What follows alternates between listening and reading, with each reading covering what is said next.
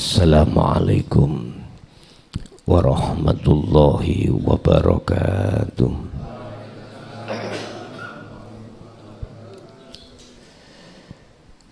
Ila hadratin Nabil Mustafa Rasulullah sallallahu alaihi wasallam wa ala alihi wa azwajihi wa dzurriyyatihi wa qarabatihi wa ali baitihi wa ashabil kiram wa ila jami'il anbiya wal mursalin wal awliya wa syuhada was salihin wa tabi'ina salihin ila yaumiddin wa ila abaina wa ummatina wa ajdatina wa masyaikhina wa auladina wa azwajina wa dzurriyyatina wa ahli baitina wa jami'i man tabi'ana khususan jami'il arwah fi hadil majlis wa ghairuhum lahumul fatihah.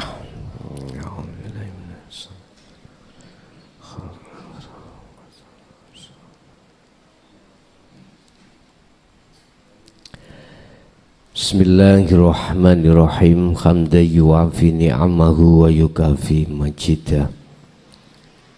Ya Rabbana lakal hamdu kama yanbaghi li jalali. Asyhadu an la ilaha illallah wa asyhadu anna Muhammadan abduhu wa rasuluh. Allahumma salli wa sallim ala sayyidina wa maulana Muhammadin wa ala alihi wa ashabihi ajma'in, amma ba'd. Hadratul Mukhtaramin dumateng para alim, para ulama, sesepuh bini sepuh, wabil khusus sedanten pengurus Padepokan Al-Fakir, Bapak Ibu hadirin jamaah baik yang ada di majelis langsung maupun di rumah, kulluhum ajma'in rahimakumullah. Alhamdulillah, tidak ada kata yang pantas kami ucapkan pada kesempatan malam hari ini kecuali rasa syukur kami ing ngarsane Allah, di mana kita dipertemukan kembali dalam rangka ta'lim muta'alim, miwiti melih, pertemuan melih, ngelajengaken melih, nerusake melih pengaosan kita khusus terkait ahwal atau keadaan-keadaan yang ada kaitannya dengan kerohanian kita. Sebagai pembuka di tahun ini, kemarin kita break sebentar dalam sasi Ramadan, tasih angete sasi Syawal. Kula pribadi banyak kesalahan dan kekeliruan atau sikap atau ucapan yang kurang berkenan terhadap jenengan. Kula atas nami pribadi nyuwun agunge pangapunten, Pak. Dan juga saya juga membuka selalu pintu maaf terhadap siapapun, tapi aku yakin sedaya kala wau tidak keluar dari rencana Allah. Juga pada malam hari ini kita akan membahas terkait surat An-Nisa ayat 80 tentang masalah yang disebut taat dateng Gusti Allah iku piye. Taat ing ngersane Allah iku kados pundi yang dimaksud. Sebab di dunia ini hati manusia itu digolongkan Allah menjadi hati dua golongan. Ada hati bukan jasmani, golongan Allah ahli hijab sebab keingkaran kepada Allah. Ada golongan hati manusia disebut ahli syuhud karena ketaatan terhadap Allah. Khusus pada malam hari ini sebagai malam perdana kita ngawali di tahun 2024, meh wae sedikit lagi kita masuk dalam tahun 2025. Kemarin jenengan disopo Gusti Allah di dalam bulan Ramadan. Gempa titik iku lak Gusti Allah nyopo to. Nggih. In asobathum musibah qalu inna lillahi wa inna ilaihi raji'un. Itu akan bisa dikatakan bahwasanya Allah menyapa kita jikalau kita kembali kepada Allah. Tatkala kita dikasih Allah musibah, biar hati itu tidak mudah gelisah, takut, apalagi maka wajib kita kembali kepada Allah. Maksudnya kembali hati sadar sing gawe ngono ya Gusti Allah. Ini kalau kita masukkan dalam pemahaman ada apa Allah menyapa niki. Sebetulnya itu kalau boleh saya maknani itu adalah nazir, peringatan Allah.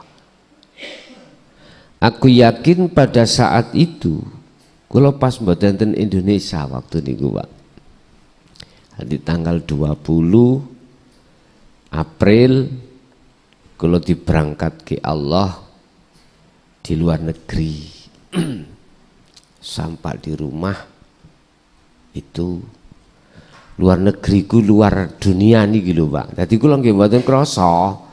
Lah sing digoyang iku dunyane kok. Nek mboten dunya kan mboten kraos Pak ya. Enggak kerasa. Mantuk-mantuk dapat kabar ngoten. Ya wis.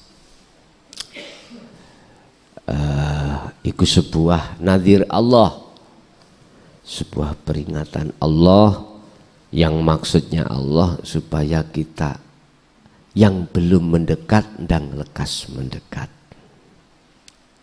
kepada Allah, yang belum kembali dan lekas kembali. Wa anibu ila rabbikum wa aslimu lahu wa qala aidan fafirru ilallah. Lekas kembali.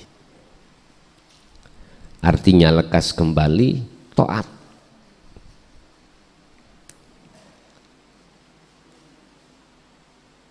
Taat yang bagaimana yang dimaksud? Monggo kita buka surat An-Nisa ayat 80. Bismillahirrahmanirrahim. Man mayyuti'ir rasula faqad ata Allah.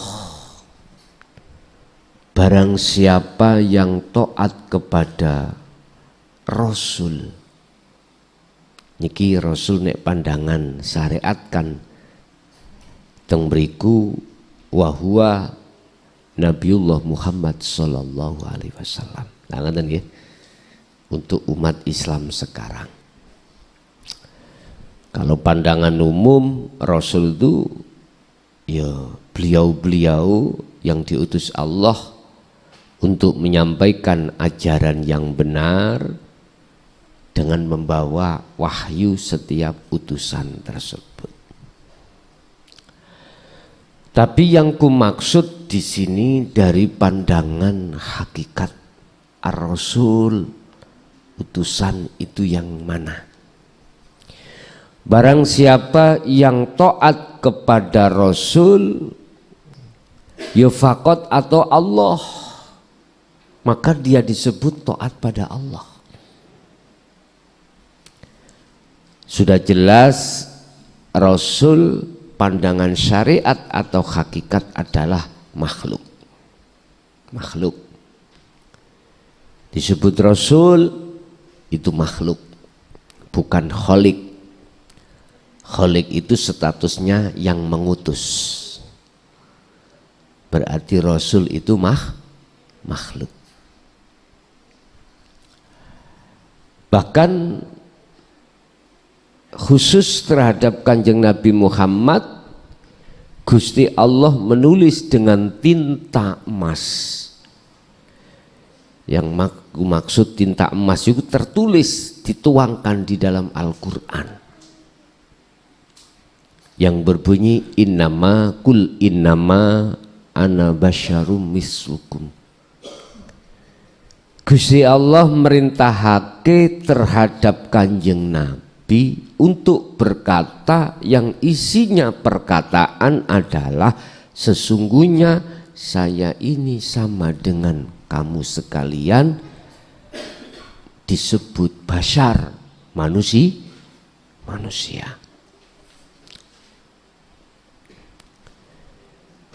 Jenengan manusia, saya juga manusia di mata Allah.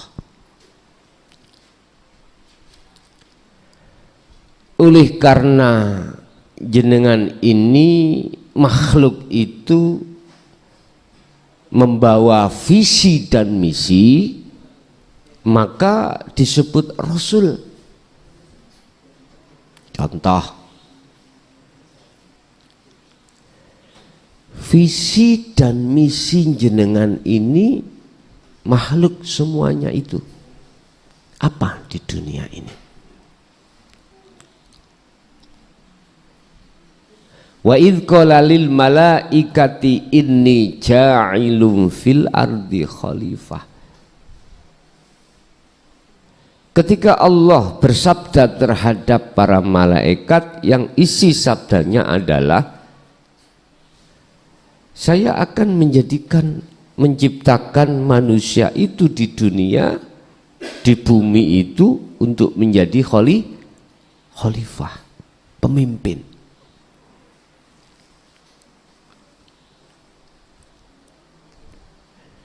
Ketika jenengan iki disebut makhluk, di situ ada visi dan misi. Apa visi dan misinya Anda? Kita sebagai manusia. Kalau kita tarik di dalam Al-Quran, Allah berkata, wa ma khalaqtul jinna wal insa illa liya'budun. Mengabdi. Kita hanya diperintahkan Allah untuk mengabdi. Ngabdi. Menyembah. Terlepas dari aktivitas dohir, ibadatul jawareh atau kolbi, atau ibadatul mahduf atau ghairul mahduf. Terlepas dari ini semuanya, ruhaniyah itu wajib. Ini wajah dua wasiyah. Nyembah, ngabdi.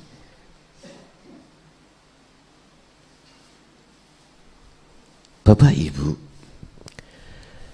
disebut sebagai utusan itu karena ada yang mengutus.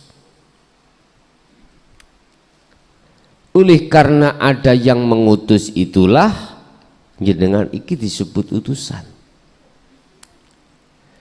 Sehingga apa yang jenengan alami pada diri kita masing-masing sebagai makhluk itu karena dasar sumber dari sang pengutus, yaitu Allah Subhanahu wa ta'ala. Contoh,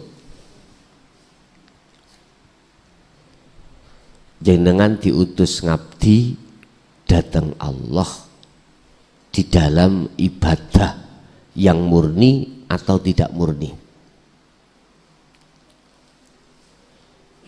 Wujud dohir kita sebagai makhluk ini disebut sebagai utusan.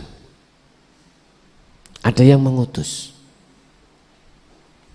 Kita tahu dan kita ingat sejatinya kita makhluk itu tiada.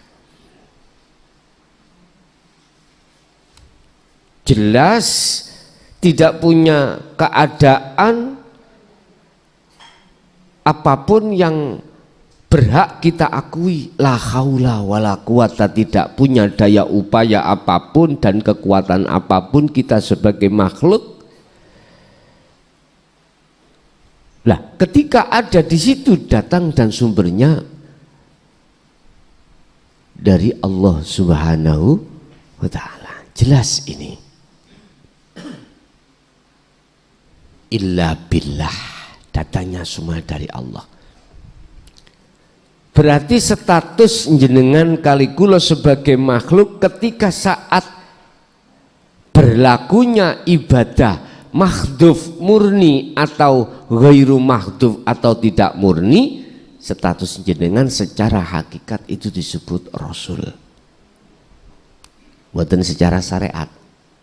Mengapa demikian? Iya, jikalau tidak diatur, tidak diutus Allah, tidak diperintah Allah atau tidak digerakkan Allah, si makhluk kita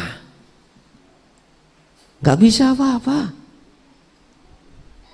Makanya Allah tegaskan la haula wala quwata, itu status kita.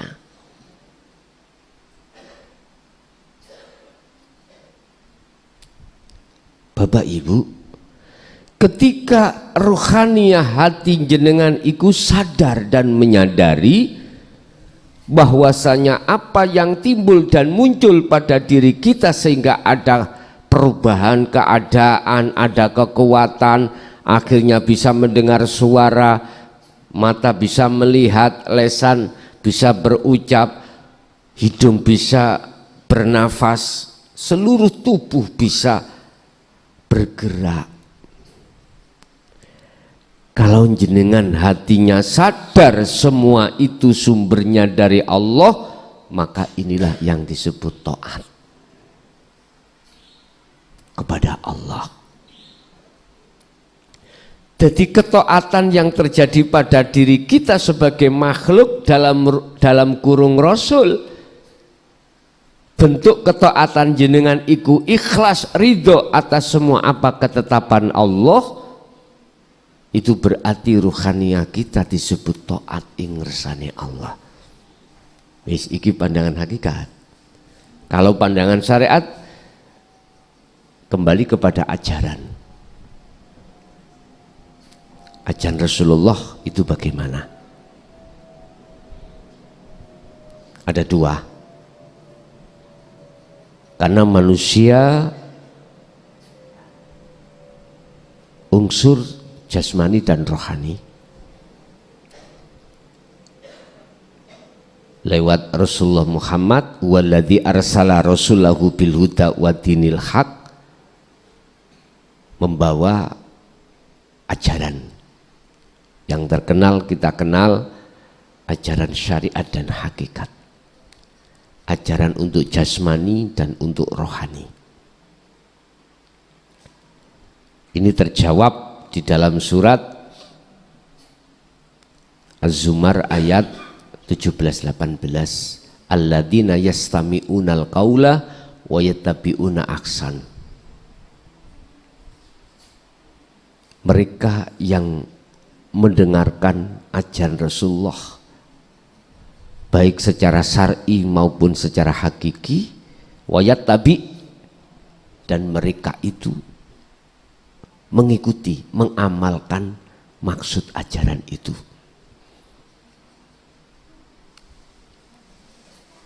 Sedangkan kita umat manusia, khususnya umat Islam, mayoritas masih mengikuti ajaran Rasulullah di jalur syariah. Sementara hakikiyah untuk rohani itu jarang yang mau. Akibatnya, mohon maaf, kita bicara kenyataan di lapangan hati kita. Akibatnya, ruhaniyah kita boten sinkron dengan apa yang telah Allah berikan terhadap kita. Lebih-lebih hal yang berkenaan dengan perkara musibah.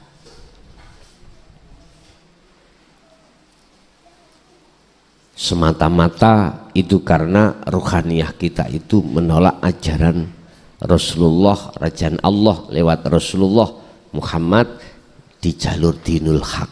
Niki persoalannya. Ini bisa jenengan buktikan. Ketika sebelum dan sesudah ruhaniyah kita menerima ajaran dinul haq dan mengamalkan, bagaimana keadaan hati jenengan ketika saat menghadapi kondisi dunia? Jelas jenengan bisa menjawab. Bagaimana hati gelisahnya, khawatir bahkan takutnya menghadapi kondisi situasi yang kurang kondusif dalam rumah tangga kita, alias seperti iwak lilit huya ini, Pak. Bahkan ketika Allah kasih perkara yang pasti enak aja, nggak bisa hati itu tembus mengingat bahwasanya datanya dari Allah, nggak bisa. Karena apa? Karena ruhaniyah hati kita itu terbarzah oleh dinding yang tebal. Tapi bagaimana ketika saat ruhaniyah kita, hati kita menerima ajaran Rasulullah di jalur dinul haq hakikiyah dan mengamalkannya? Beda, Pak. Beda banget. Bisa jenengan raosake.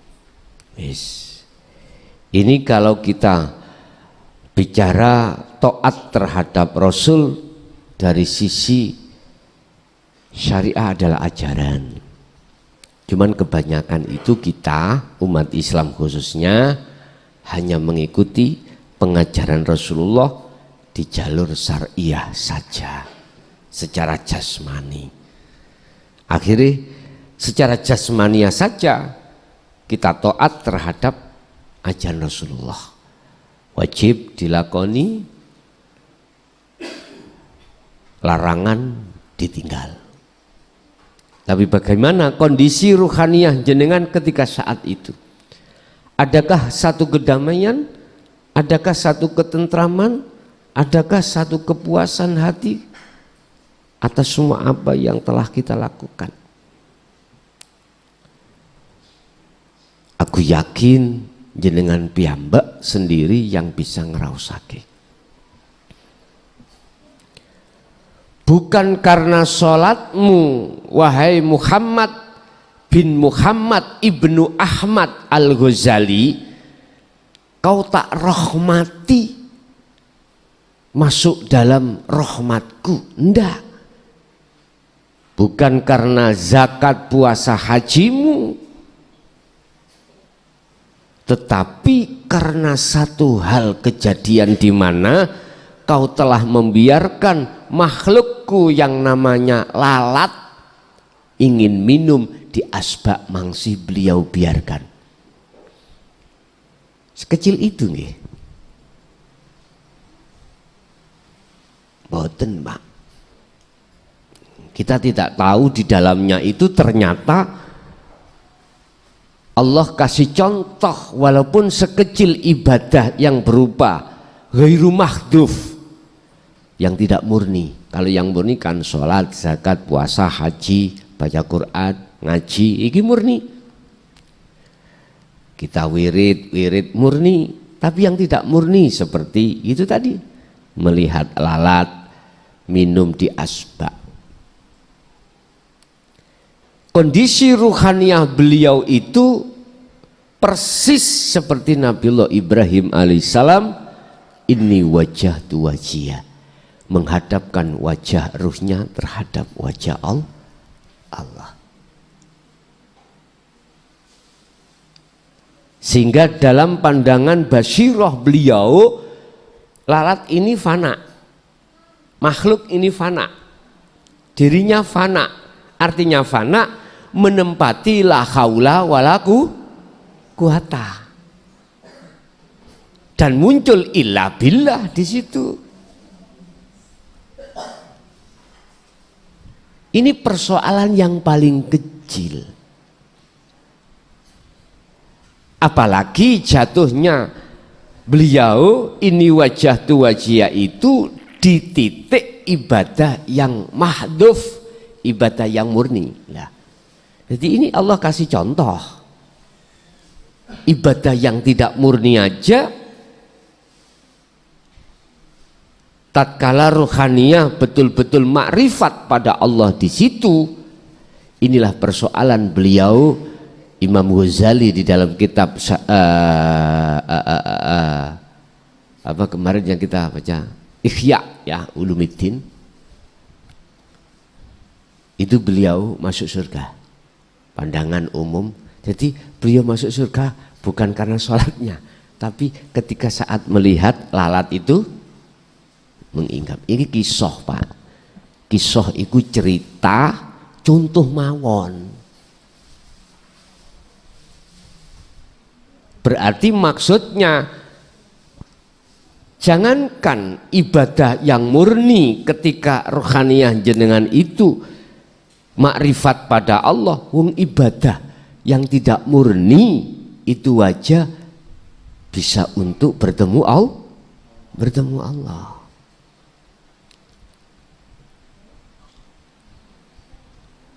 Bapak Ibu, maksud daripada taat kepada Rasul itu apa yang terjadi pada diri jenengan. Jenengan di dalam diri jenengan itu tidak mendongkol pada Allah, tidak protes pada Allah, sekalipun itu tidak sesuai dengan sifat basariah kita sebagai manusia. Sifat basariah itu semua kita manusia siapapun mau gak enak Pak, mintanya enak.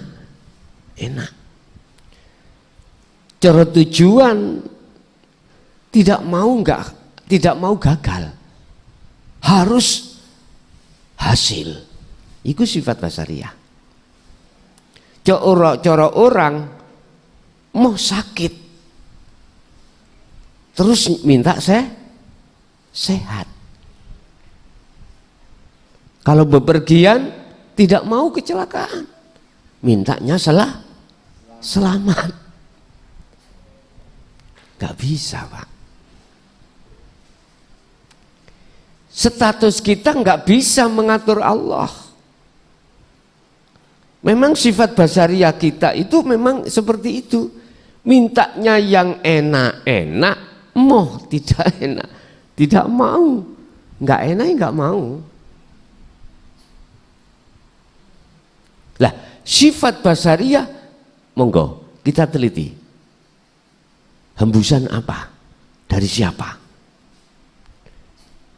Kebanyakan kita itu yang belum kenal Allah, basariah itu hembusan dari nafsu nafsiyah dan amarah.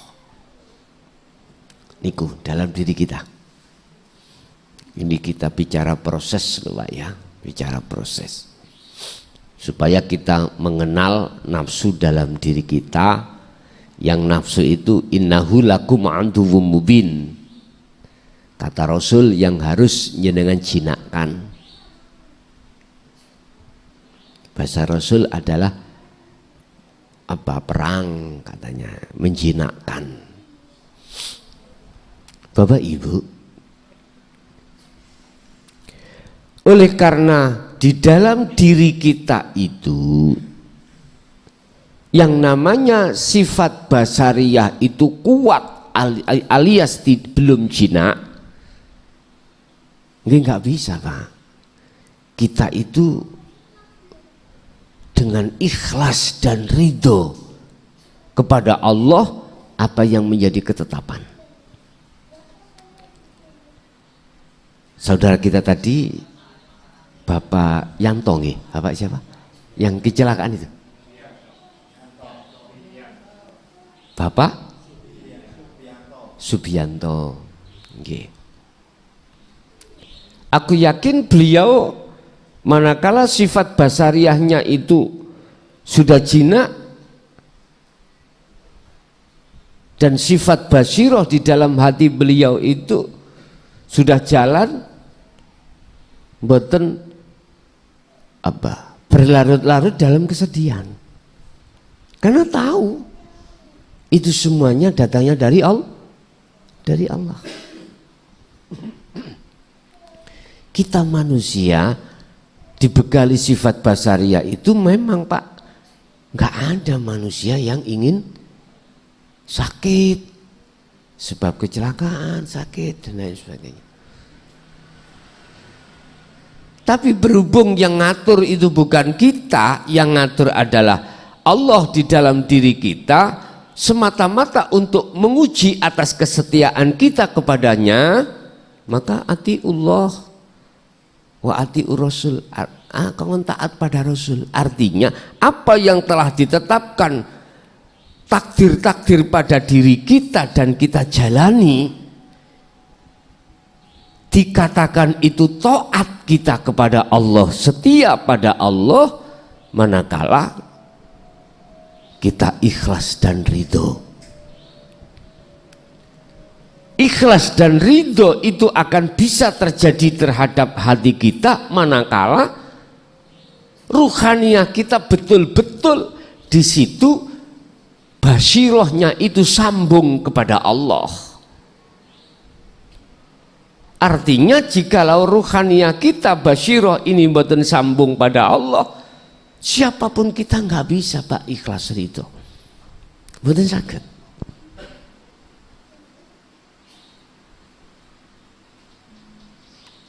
Nah, untuk bisanya ikhlas dan ridho itu kan ada sambungan toh Pak, yang disebut zikir. Yang dimaksud zikir adalah kesadaran dalam diri kita, sesungguhnya kita manusia sifatnya la haula wala quwata, tidak bisa mengatur Allah, justru kita yang diatur.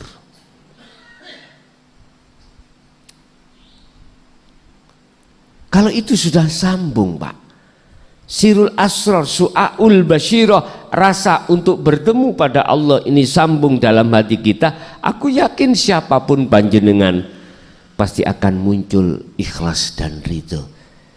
Memang saya akui ini berat Pak, tapi setidaknya kita bila mana purun dan mau wayat tabi'una ahsanahu, mengikuti ajaran yang disampaikan Rasulullah itu, akan menuai satu buah dalam diri kita yang disebut ikhlas dan ridho. Sehingga dengan ajaran Rasulullah di jalur dinul haq itu, untuk menekan hati kita masuk di wilayah ikhlas dan ridho. Ingat, yang dimaksud ikhlas itu adalah sebagai ruhnya satu amaliyah. Syekh Ibnu Athaillah dawuh dalam salah satu makolahnya di dalam kitab Hikam, al-a'malu suwarun qaimatun wa arwahuha wujudu siril ikhlas fiha. Semua amaliyah yang terjadi pada diri kita jasmani ini Bapak Ibu, baik amaliyah ibadah murni atau tidak murni. Yang tidak murni seperti kerja kita, pakai sepeda motor, kita nyupir, apapun itu, itu laksana patung yang berdiri. Kalau tidak ada ruhnya patung, nggak ada manfaatnya. Ya seperti status kita lah Pak. Status kita adalah la haula wala quwata. Nggak bisa punya daya upaya apapun, kekuatan apapun untuk bergerak, untuk mendengar, melihat. Oh namanya patung. Biar bermanfaat, diteruskan illa billah. Jenengan dikasih ruh. Coro amaliyah tadi bisanya estu bermanfaat, maka harus dikasih ruh. Apa ruhnya amal? Wa arwahuha wujudu siril ikhlas fiha, utawi rohnya amal iku wujudu siril ikhlas, wujude rahasianya ikhlas fiha ing dalam amal. Mana rahasianya ikhlas? Kembali kepada iman, kepada rasa bahwasanya apa yang timbul dan muncul pada seluruh makhluk semata-mata illa billah,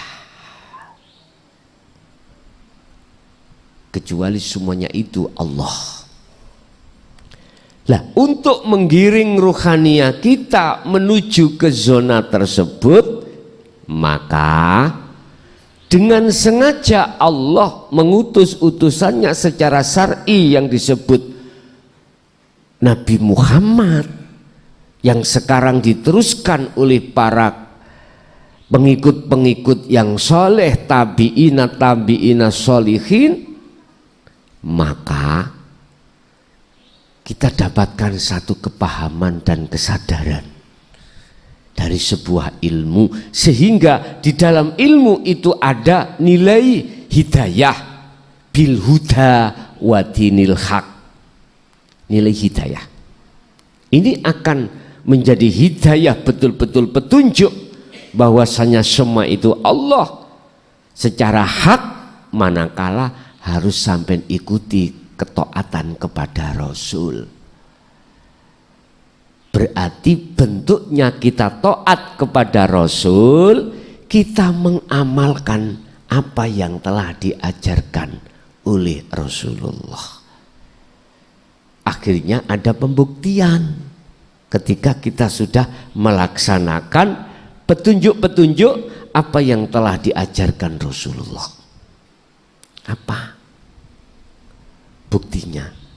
Tatmainnul qulub, tentreme hati, ayeme hati, damainya hati saat jenengan iki jasad beribadah pada Allah.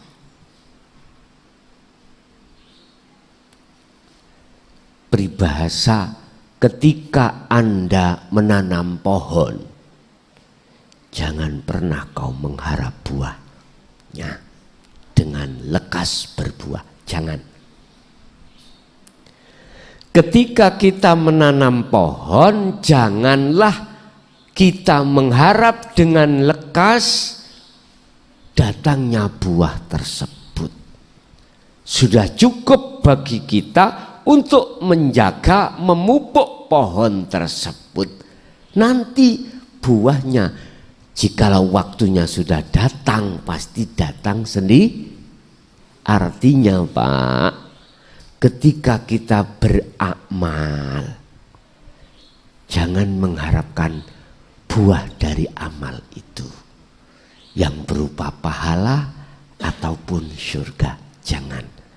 Cukup bagi jenengan mendasari ikhlas kepada Allah. Jelas nanti kalau jenengan ikhlas mesti ridho. Mesti ridho dengan adanya apapun yang Allah kasihkan. Karena dasarnya sudah ikhlas. Kita tidak akan ridho atas keputusan Allah, lebih-lebih keputusan Allah yang berupa takdir qadhi, manakala kita tidak didasari ikhlas hati kita pada Allah. Wa man tawalla fama arsalnaka alaihim khafidun. Barang siapa tawalla, mengu, berarti tidak taat pada Rasul, berarti juga tidak taat pada Allah. Artinya ketika kita itu tidak bisa di dalam hati ada satu kesadaran apa yang muncul dan timbul dalam diri kita dari Allah, itu berarti kita tawalla, gak mengikuti, gak taat pada Rasulullah. Akhirnya apa yang terjadi, Pak? Protes. Dalam hati protes. Kita nggak usah bicara tentang masalah qadhi, tentang pasti aja lah, Pak.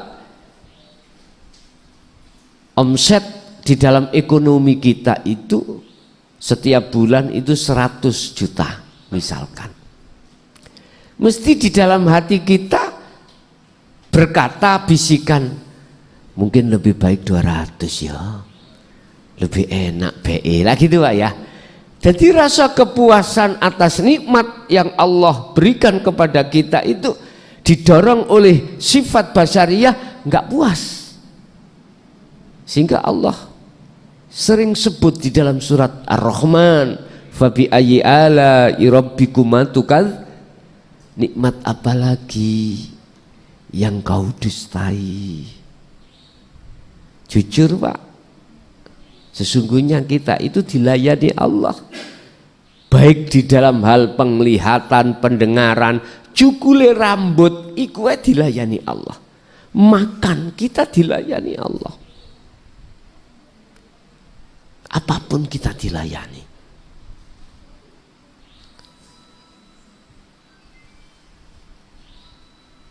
Nggak bisa kupikir, Pak, tatkala kita tawalla, mengu dari Allah, sementara kita setiap saat dan waktu dilayani Allah. Kula mboten saged mikir, kok ono ya wong itu mengu sangka Allah, padahal dia itu di dunia lewat sifat Ar-Rahman, apalagi Ar-Rahim, selalu dilayani Allah. Ambekan mawon, bernafas aja, kalau tidak Allah bimbing, layani, nggak bisa. Dengan sendirinya kita sebagai manusia itu ambekan mboten saged. Kok aneh ya? Terus hati kita itu dusta pada Allah. Makanya nikmat apalagi yang kau dustakan? Fabi ayyi ala'i rabbikuma tukadziban. Ini kan larinya kepada manusia, Pak. Berarti masih banyak dan banyak mayoritas di antara kita sebagai manusia sejatinya berdusta, mendustakan atas nikmat Allah.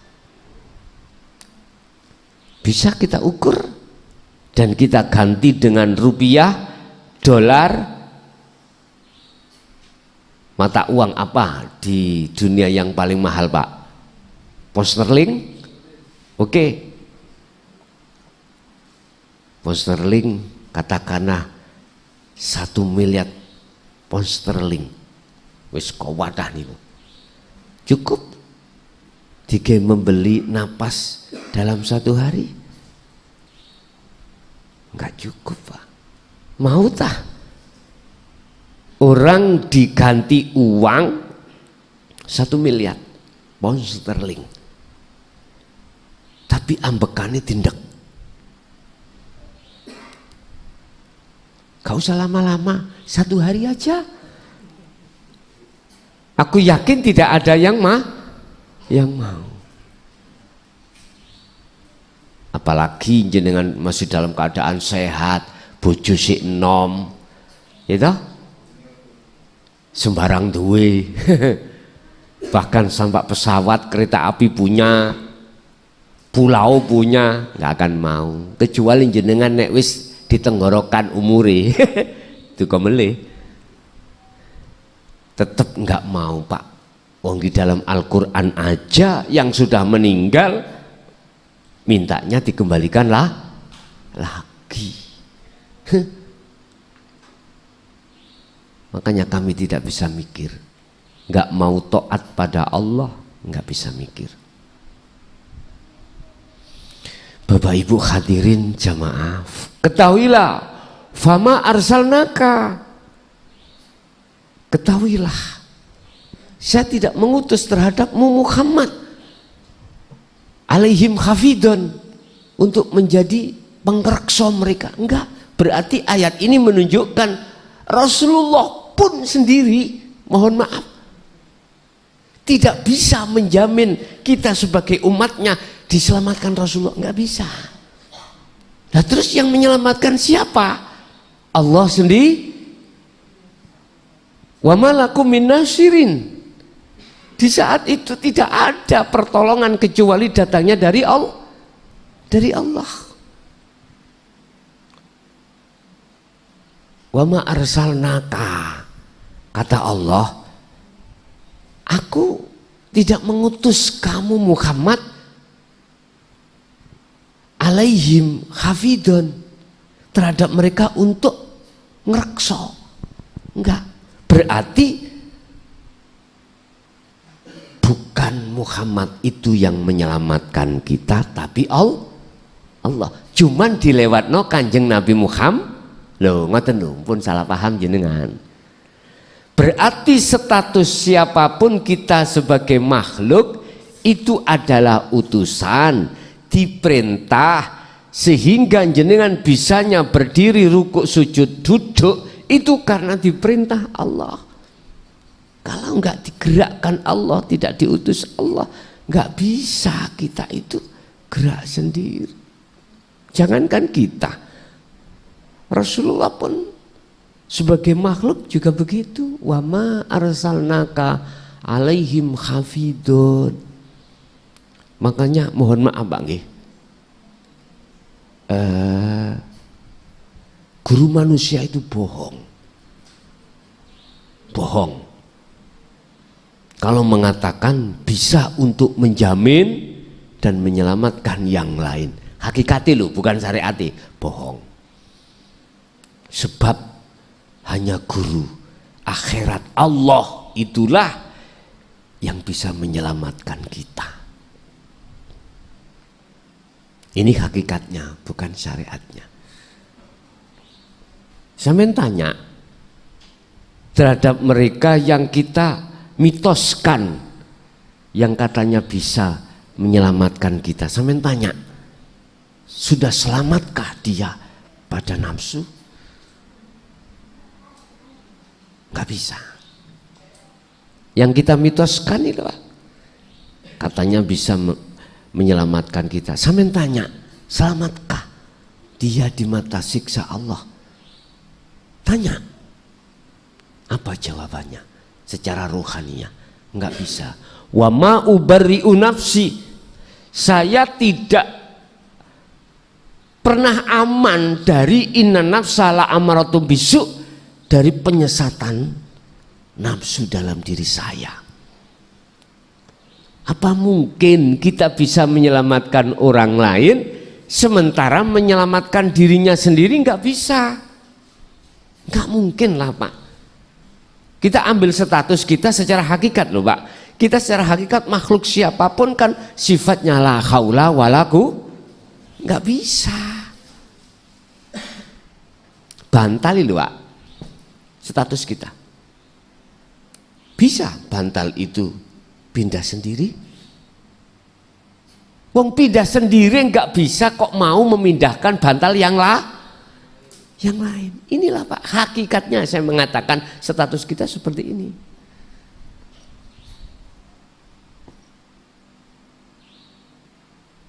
Status kita.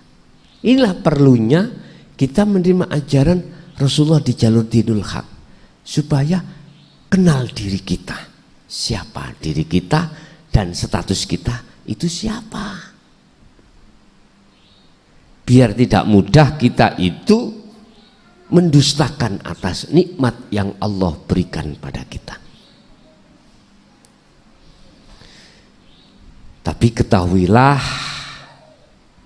apa ajaran ilmu yang kusampaikan, saya gak punya wewenang untuk mengajak, memaksa apalagi jenengan untuk beriman seperti ini. Enggak. Ingat, inni lakum minhu nadhirum mubin.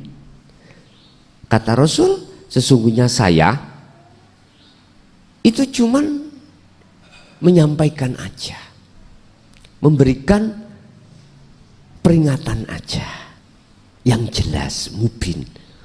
Urusan umat ini percaya atau tidak bukan urusan beliau Rasulullah, bukan urusan saya misalkan. Enggak. Dan saya pun tidak punya hak untuk menyalahkan jenengan manakala jenengan itu menolak. Enggak boleh. Enggak boleh, Pak. Dengan belajar dari arah itulah maka kita sedikit demi sedikit sifat basariyah akan lunak, sifat basiroh akan kuat. Akhirnya mudah sekali ketika saat kita dihadapkan Allah ketetapan yang berupa takdir, khususnya yang tidak enak, seperti saudara kita tadi, hati meletakkan ridho atas keputusan Allah, dikarenakan hati kita sebelumnya sudah menempatkan rahasia keikhlasan pada Allah. Rahasia ikhlaskan, kita tidak merasa bisa yang melakukan. Rahasia ikhlas, kita tidak merasa kita sebagai makhluk yang bisa lakukan. Nah, akhirnya muncul pengakuan dalam diri jenengan, Allahnya yang berkuasa. Bapak Ibu hadirin, itu mungkin sebagai pertemuan perdana kita. Saya juga minta maaf jikalau mulai tahun ini dalam pemberian pengajaran ilmu tidak lama seperti yang tahun-tahun dulu. Saya agak dibatasi Allah, enggak terlalu lama untuk bertausiah. Entah saya sendiri juga enggak ngerti, yang jelas saya ngikuti aja. Sehingga saya secara pribadi mohon maaf kepada seluruh jamaah yang ketepatan baik rutinan maupun undangan manakala ngajinya tidak terlalu lama. Sebetulnya hati tidak menginginkan seperti itu, mitur sifat basariah saja, tapi saya apalah daya, tangan tak sampai, saya harus mengikuti apa perintah beliau. Jadi kita masuk tetap masalah tanya jawab, sesi tanya jawab tetap kami buka, ya. Kemarin kami tanggal 20 sampai tanggal 5 tidak boleh untuk berkomunikasi atau tidak boleh menerima WA terhadap jamaah. Saya mohon maaf, itu pembelajaran Allah terhadap kita. Tatkala suatu saat kita ditinggalkan itu enggak kaget, berarti sedikit demi sedikit demi sedikit. Begitulah, sebab kita semua yakin kita manusia pasti kembali kepada Allah. Kita masuk pada sesi tanya jawab, Pak. Barangkali ada yang perlu ditanyakan, monggo kami persilakan.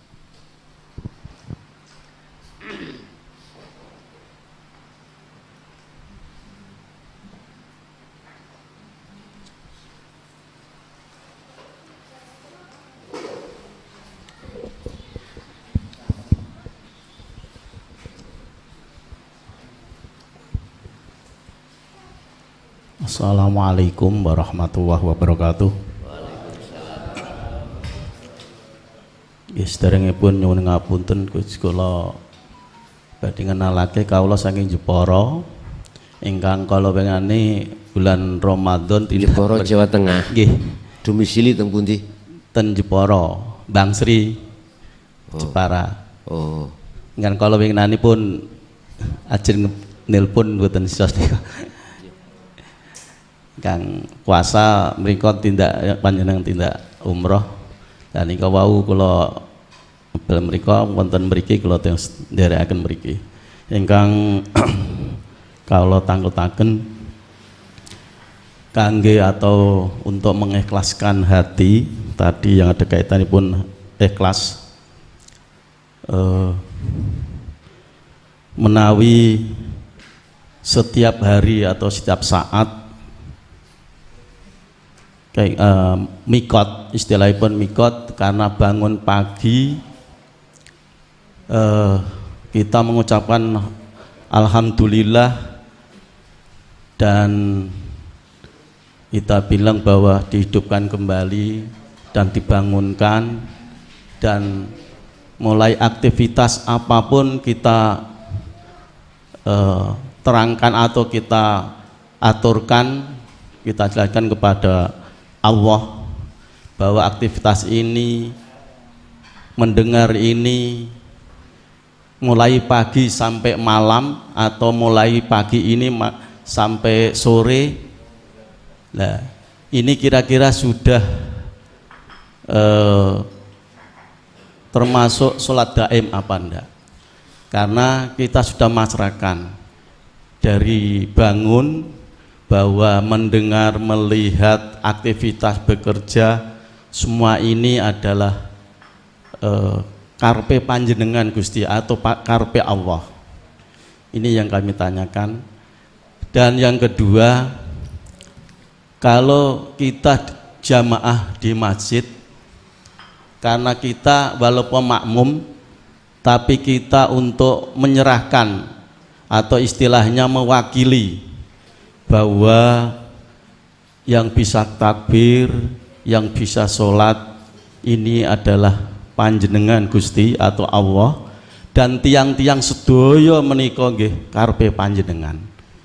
Apa ini karena saya setiap saat begitu tapi saya tidak membaca apa-apa, hanya kita memasrahkan yang lain.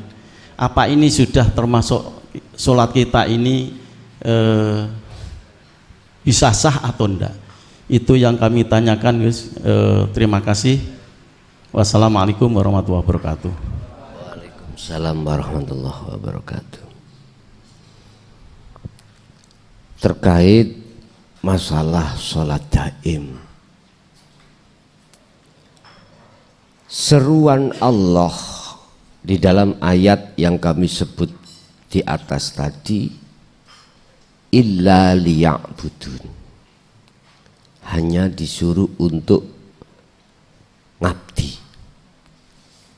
Ngabdi bahasa umat Islam itu nyembah, boleh diterjemahkan sholat. Dalam pandangan umat Islam tentang masalah sholat itu, ahli fikih dikawiti dengan takbir, diakhiri salam. Intinya aktivitas yang dilakukan oleh jasmani. Pandangan ulama ahli tahqiq atau ulama ahli tasawuf,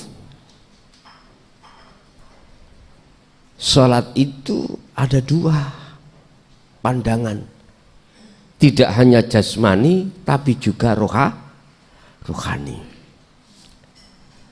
Secara rohaniah inilah akan bisa memenuhi target maksimal yang dimaksud ayat wa ma khalaqtul jinna wal insa illa liya'budun.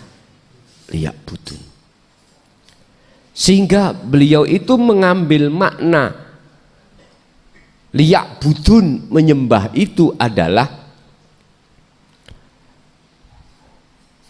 ketemunya ruhaniyah pada wajah Allah.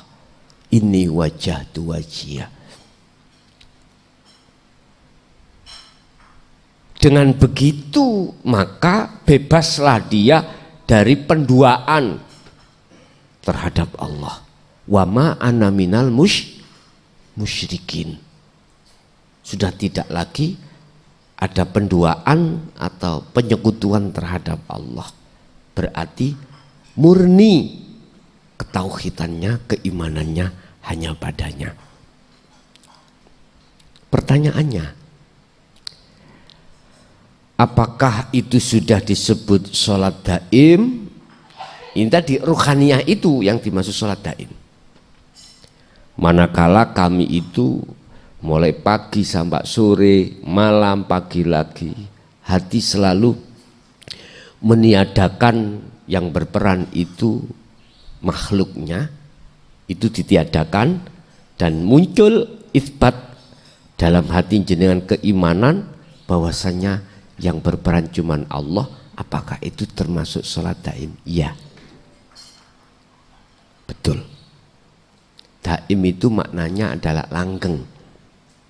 Kita dikasih Allah waktu 24 jam Indonesia, satu hari satu malam 24 jam. Dan aktivitasnya hanya dua, ibadah murni dan tidak murni.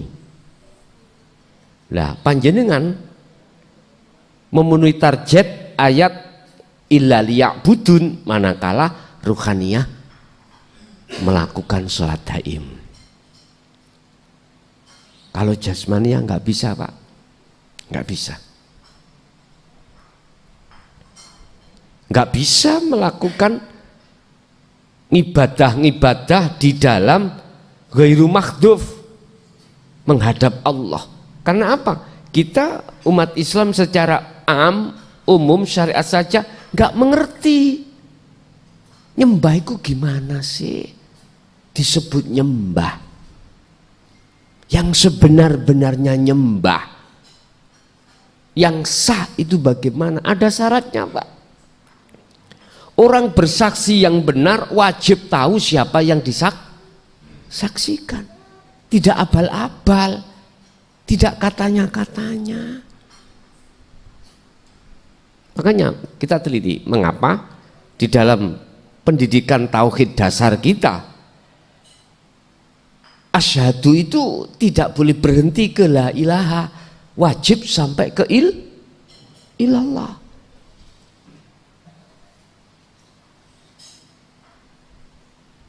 Dalam kaidah ilmu syariat saja kalau kita mengatakan la ilaha tidak terus ilallah, syirik hukumnya.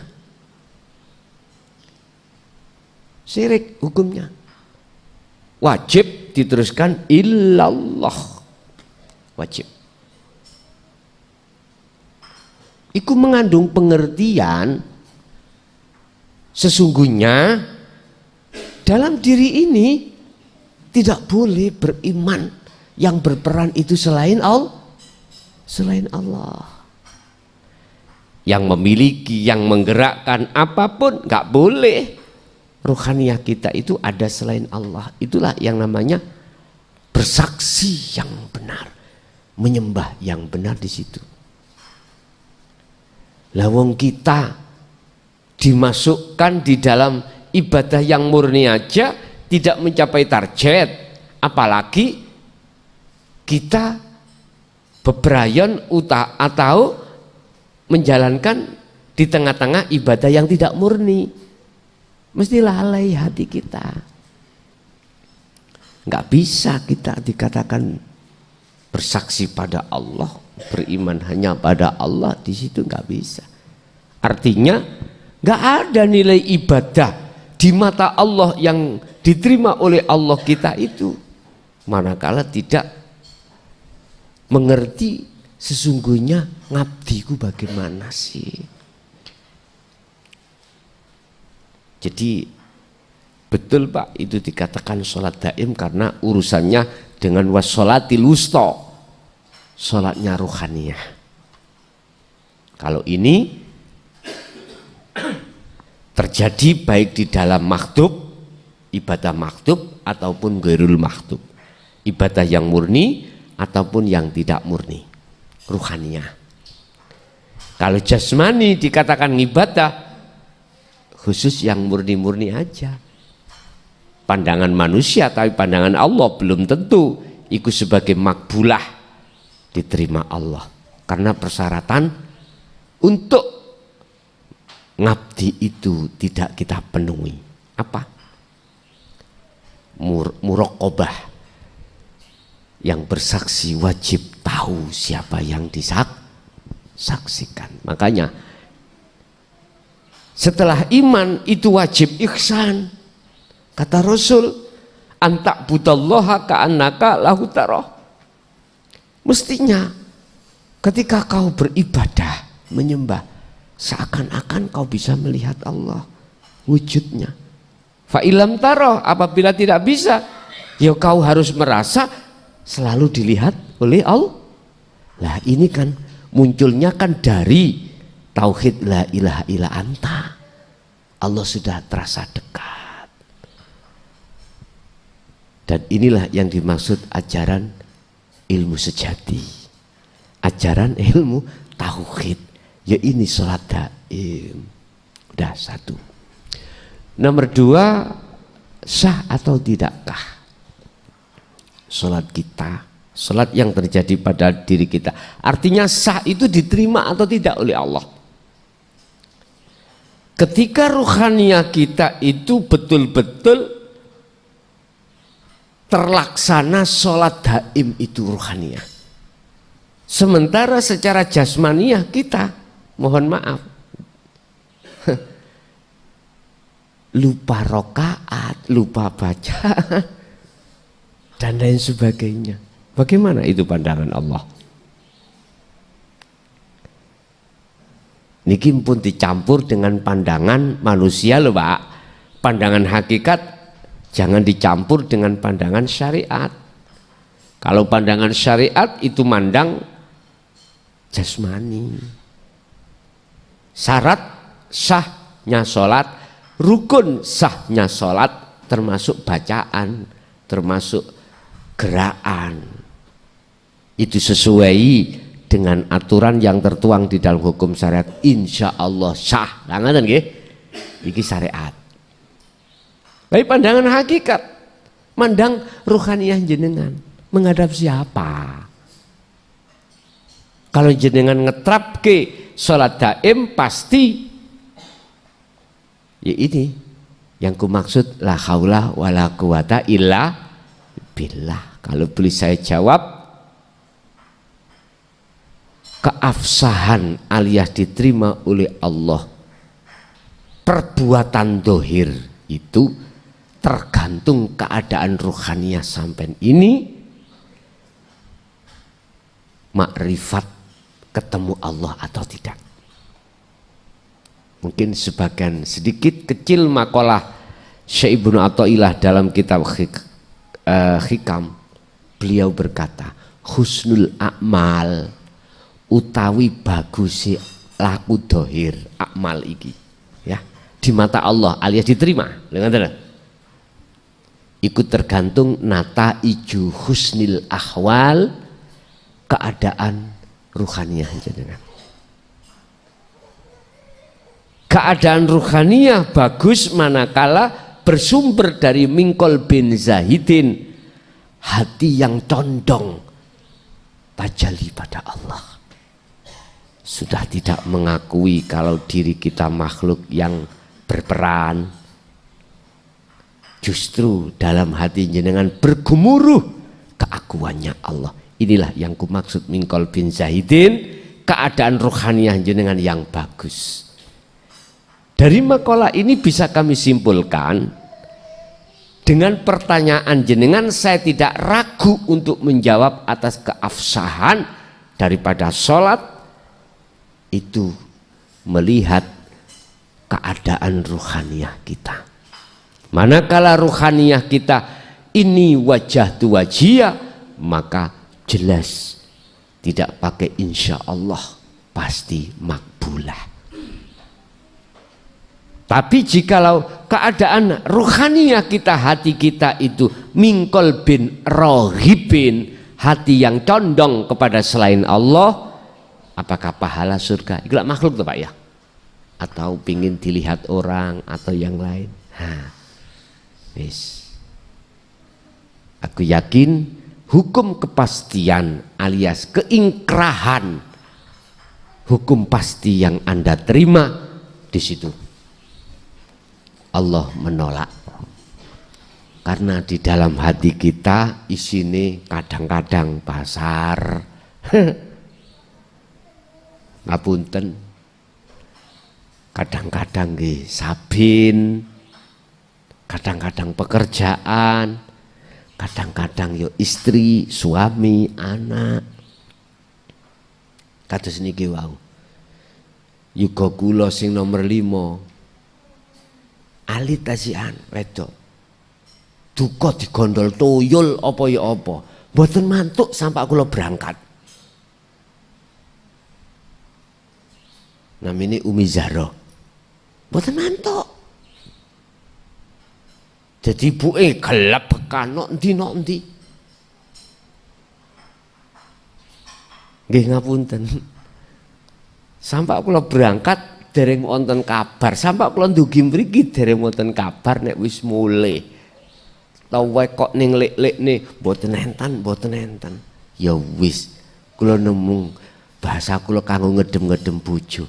Ilang ya gak popo gawe maneh. Gitu ya. Ya ora elok duwe ae. Mboten. Ali tasik ibtidak kelas tunggal, Pak. Nggih. Mulai njing wau duka mangane nuk endi ora ngerti. Lah nyapa ku tak pikiri ngono. Ibuke sing nangis mawonnya. Kula berangkat ditangisi ngene. Nggih kula sanjang ora usah gupuh, ya ta. Umpama tenan-tenan ilang ya gawe maneh. Wis ngoten mawon lah apa bingung. Ngono niku nek gak trimo nyeladu, Pak. Diceladu. Ya wis maklum lah kalau kita masih duduk di syariat mandangi menungso. Nggih berat Pak memangnya. Tapi kalau sedikit aja hati kita mau mingkol bin zahidin mandangi nang Allah, ini wajah tu wajah dengan cara itu, aku yakin hati sing khawatir, takut, boten mudah nyerang jenengan, boten mudah. Aku yakin dibalik kok. Makanya kalau gitu jenengan, ketika jenengan sakit jangan pernah mengharap sembuh, jangan. Iki etika lho Pak ya. Ketika Anda punya hajat jangan pernah mengharapkan hasil. Ketika Anda mohon maaf nyun sewu ya ta, menanam pohon jangan pernah harap-harap buah. Cukup bagi kita menyirami alias menjaga ruhaniyah ini. Mohon maaf, hubungan dengan Allah apa? Dengan selalu dan selalu berzikir. Udah itu aja. Contoh sampai niki kan Solo kholwat, nafsu iku ngomong pengen cepat lekas wusul ketemu Allah. Lah ngeten Pak nggih. Sedaya. Saiki dielingno. Iku kok dadi beban awakmu. Jadi beban, kendala, dan tidak mudah jenengan melepaskan keakuan makhluk. Mboten lepas, mboten saged, mboten mudah bisa lepas. Ha terus piye? Wis ta. Iku wilayah urusan Allah. Cukup bagi kita sesuai dengan ati ur-rasul, apa bentuknya jenengan ini kali kula selalu memegang tali Allah, mengasah, membiasakan diri setiap saat dan waktu untuk sholat daim. Itu tadi mengasah adzikru bisiril asrar. Ya sudah. Urusan kok buahe lah Pak, mesti teko nek wis wayahe. Lha ngoten. Wa man kana yarju liqa Allah fa inna ajalallahi la'at. Sing sapa wonge ning atine ana kekarepan ingin ketemu aku, ketika khalwat ya sudah jangan ragu. Sesungguhnya aku, kata Allah, sesungguhnya Allah berjanji atas waktu yang sudah Allah tentukan. Ibaratin jenengan iku umpama nandur padi, nanti nek wis wayahe nguwoh ya nguwoh, wayahe berbuah cukul buahnya ya cukul. Nek belum wayahe tuas pegel sama ini ku angen-angen, tuas pegel. Etika kita pada Allah harus punya akhlak ilahiyah. Apa akhlak ilahiyah kita? Memfungsikan zikir sirul asrar di dalam hati kita.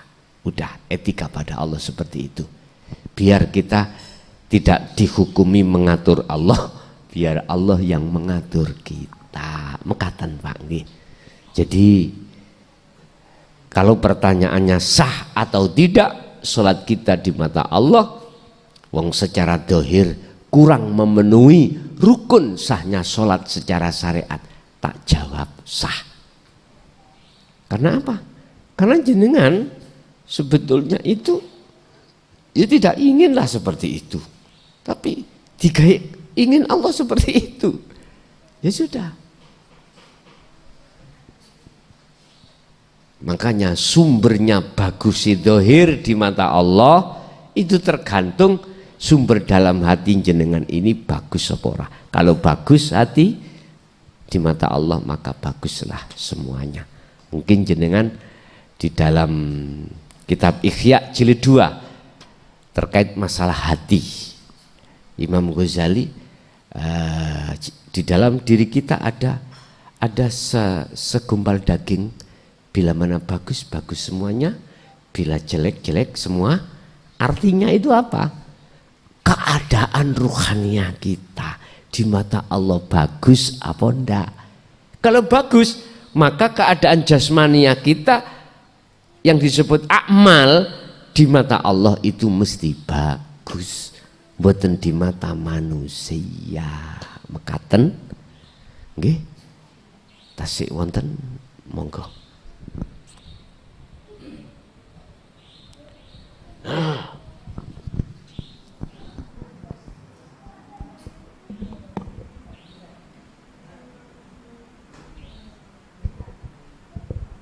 Assalamualaikum warahmatullahi wabarakatuh. Ngapunten Gus derek tanglet. Apakah ketika kholat malam kita harus mandi dulu dan berwudu?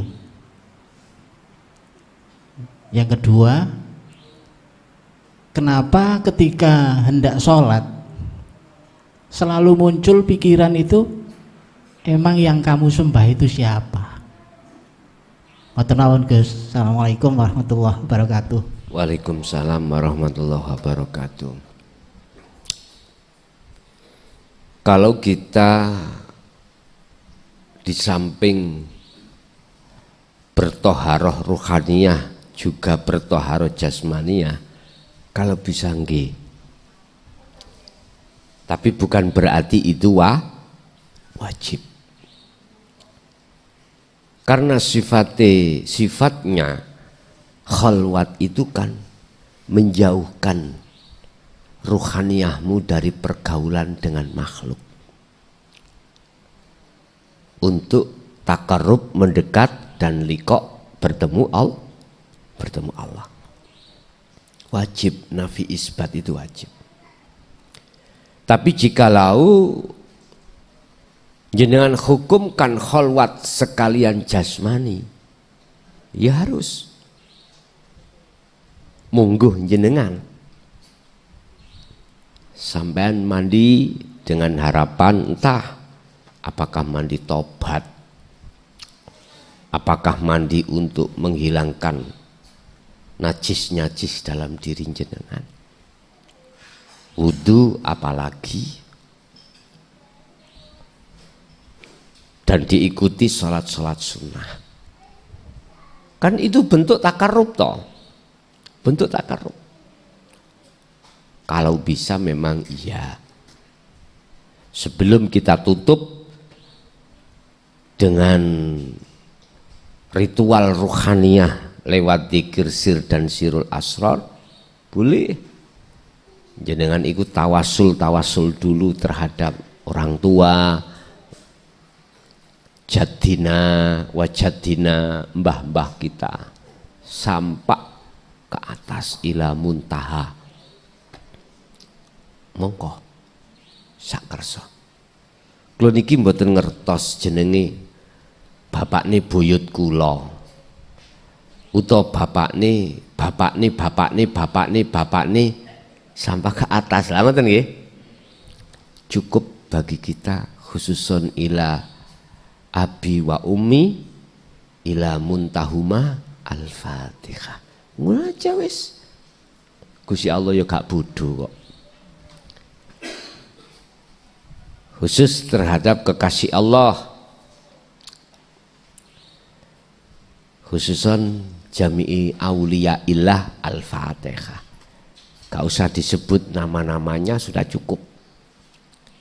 Ditambahi tabi'ina sholihin, monggo. Barulah kita tutup ritual ruhaniyah kita untuk masuk di dalam napas dan bertemu hidup di situ lewat dzikir sir dengan disertai sirul asrar. Udah. Selang berjalannya waktu di situ nanti Allah akan melepaskan keakuanmu. Yang berzikir keakuanmu, yang berkholwat keakuanmu, yang menghadap itu Allah kipas, lepaskan. Akhirnya muncul keakuan di dalam diri jenengan, hanya akunya Allah. Udah, berarti ini yang disebut bertemu makrifat. Sebab yang disebut makrifat bertemu itu, yang disebut bersaksi adalah yang menyaksikan, itu yang disaksikan.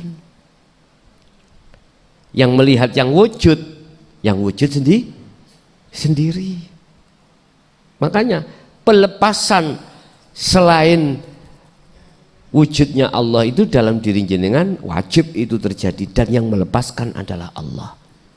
Cukup bagi kita itu ngikuti arus dengan memegang sirul asrar. Udah cukup itu. Sehingga kalau sudah di situ disimpulkan, oh ternyata bertemu Allah itu sakedep, bukan hitungan menit, bukan hitungan jam, apalagi hitungan bulan tahun, enggak.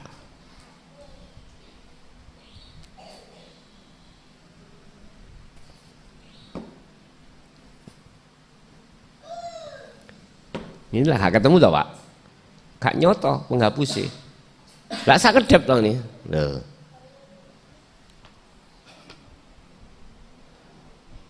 Lah terus yang menafikan selain Allah di dalam hati kita siapa? Ya Allah sendiri. Makanya kita jaga etika kita, akhlak ilahiyah kita. Apa? Dengan mengasah dan membiasakan hati di setiap napas dan waktu untuk bersirul asrar dari syu'aul basyirah ke ainul basyirah.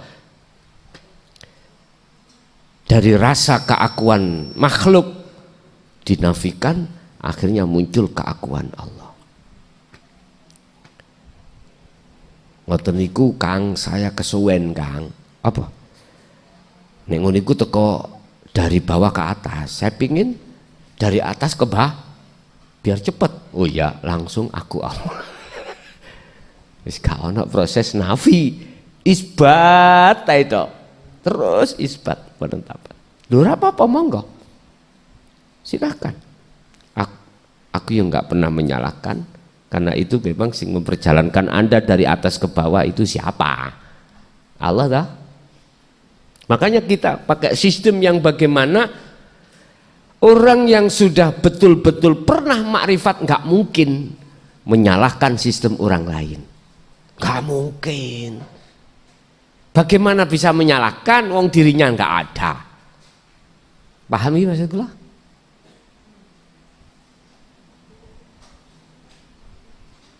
Makanya letak kedamaian rahmatan lil alamin ketika saat hati sudah di wilayah musyahadah pada Allah. Jadi intinya nggih anteng. Bon, itu yang pertama. Terus yang kedua, mengapa ketika saya selalu sholat, kita mau sholat itu kok ya selalu ada pertanyaan nyembah sopo? Ada pertanyaan itu ketika saat posisi ruhaniahnya itu sudah lepas diri. Nah, lepas diri yang kumaksud itu tidak secara ilmu loh Pak, sudah praktek. Kalau hanya secara ilmu belum bisa. Artinya belum dikatakan syah di mata Allah nataiju husnil akhwal, dereng saged. Sebab ilmu itu dampaknya adalah faham. Dan ini yang akan menjadi hidayah untuk menuju kebenaran ketika saat praktek. Nah, nek wis praktek, ya mboten salah jenengan iki kono pertanyaan ngono. Mosok sih aku nyembah aku. Lah ngoten nggih. Tapi gini, Pak. Aku yakin ketika sampean iki diarahkan sistem wasilun, walaupun kalimat itu muncul, maka disitulah jenengan itu akan dikatakan sebagai shollu kama ra'aitumuni usolli. Artinya keseimbangan antara hukum syar'i dengan hukum hakiki. Sehingga wayai wajib ya budal, wayai larangan ya ditinggal. Tapi tetap ruhaniah sampean sudah enggak ngakui. Mosok sih Gusti Allah mangan, misale. Mosok sih Gusti Allah sholat, misale. Bahasa-bahasa itu, ngapunten kang kata, tidak akan terjadi pada Allah. Yang terjadi pada Allah adalah jaiz, wenang. Kalau kita berhenti di ilmu, mesti seperti itu. Wis koyo Gusti Allah nyembah Gusti Allah. Lah ngoten Pak nggih. Kayak Gusti Allah sih mangan. Gusti Allah gak ngenal luwe. Nek mangan berarti sing ngenal luwe siapa? Makhluk. Akhirnya keseimbangan hukum syar'i dengan hakiki ada di situ. Karena di dunia inilah apa buah dari sistem wasilun ada di situ. Indanas baik, lebih-lebih indallah. Tapi bukan berarti salah mereka yang memilih bagus hanya di mata Allah. Urusan di mata manusia bah elek banda. Bukan berarti salah. Enggak.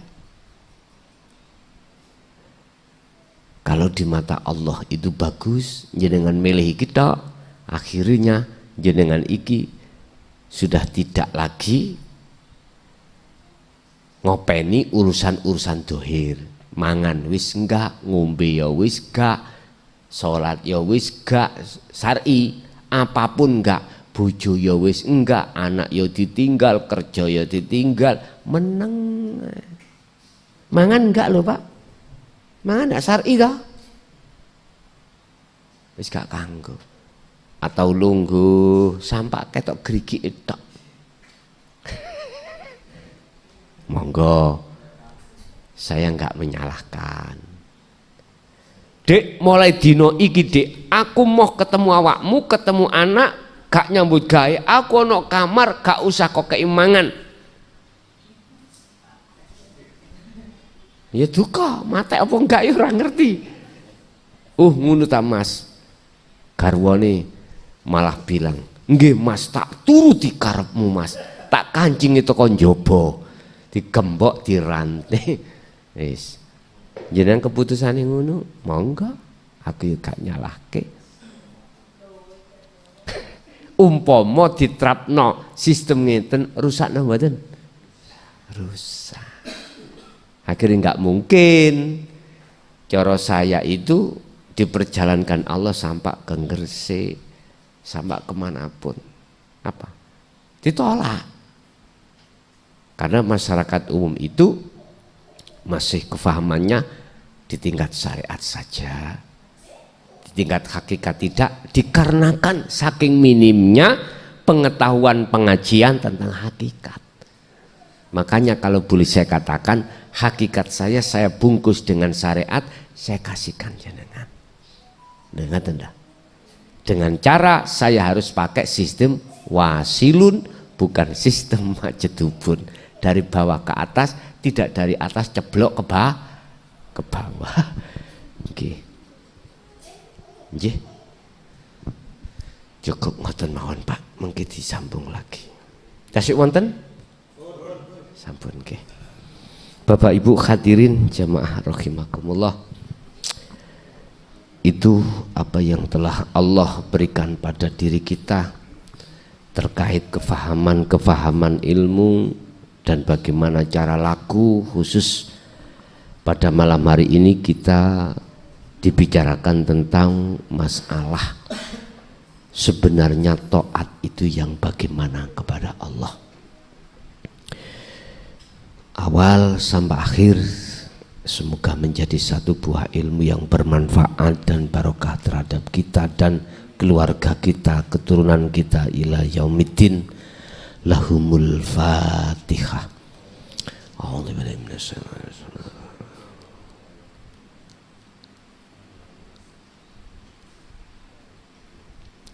Akhirul kalam. Assalamualaikum warahmatullahi wabarakatuh.